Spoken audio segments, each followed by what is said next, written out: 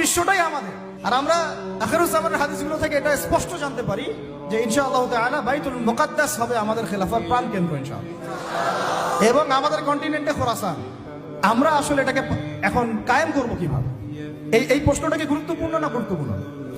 অনেকে অনেকভাবে ব্যাখ্যা করছেন। কেউ বলছেন যে এটা কায়েম করতে হবে অমুক পদ্ধতিতে, কেউ বলছেন তমুক পদ্ধতিতে, কেউ বলছেন যে শুধু দাওয়াতের মাধ্যমে, কেউ বলছেন শুধু জিহাদ, কেউ বলছেন সরাসরি শুধু কিতাব, কেউ বলছেন ডেমোক্রেসি, কেউ বলছেন ভোটাভুটি, কেউ বলছেন বুলেট, কেউ বলছেন ব্যালট। তাহলে আসলে যাবোটা কোথায় এবং সুন্নাহ ভিত্তিক পদ্ধতিটা কি?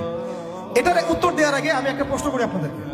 আমাকে আপনারা বলেন যে দিন কায়েম করাটা কি ইবাদত না এটা একটা দুনিয়াবি কাজ? বলেন। আচ্ছা, এখন আমাকে বলেন যে ইবাদত কবুল হওয়ার শর্ত কয়টা? বলেন বলেন। দুইটা বা তিনটা? ঠিক আছে তো ভাই, বলেন, সাহস করেন। দুইটা বা তিনটা, তাই না? প্রথমটা হচ্ছে আল্লাহ পাকের সন্তুষ্টির জন্য হতে হবে। তাহলে আমরা দিন কায়েম করতে গেলে কার সন্তুষ্টি থাকবে আমাদের মাথায়?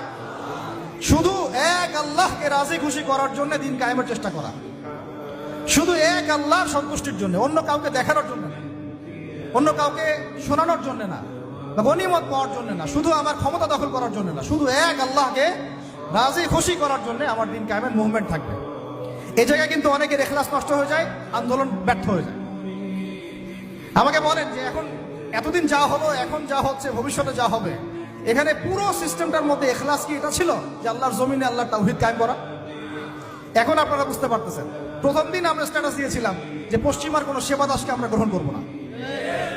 এখন আস্তে আস্তে সব বুঝতে পারবেন, কেবল তো শুরু, দেখেন সামনে কি হয়। শোনেন, এই উসুলটা মাথায় রাখেন। যখন একটা কওম জুলুম করতে থাকে, যখন একটা কওম জুলুমের উপর জুলুম করতে থাকে, আল্লাহ পাক তার উপরে আরো বড় জালেম চাপায় দেন। এরপরে যখন এই কওমটা মাজলুম হয়ে যায়, আল্লাহকে ডাকতে থাকে, আল্লাহর কাছে আত্মসমর্পণ করে, তখন আল্লাহ পাক তার জন্য ওই ফেরাউন থেকে নিষ্কৃতির জন্য মুসা আলাইহিস সালামের মতো মানুষকে পাঠান।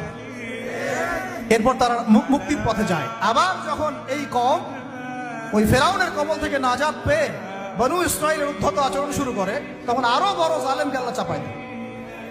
আমরা যেন এই ভুল করতে না যাই।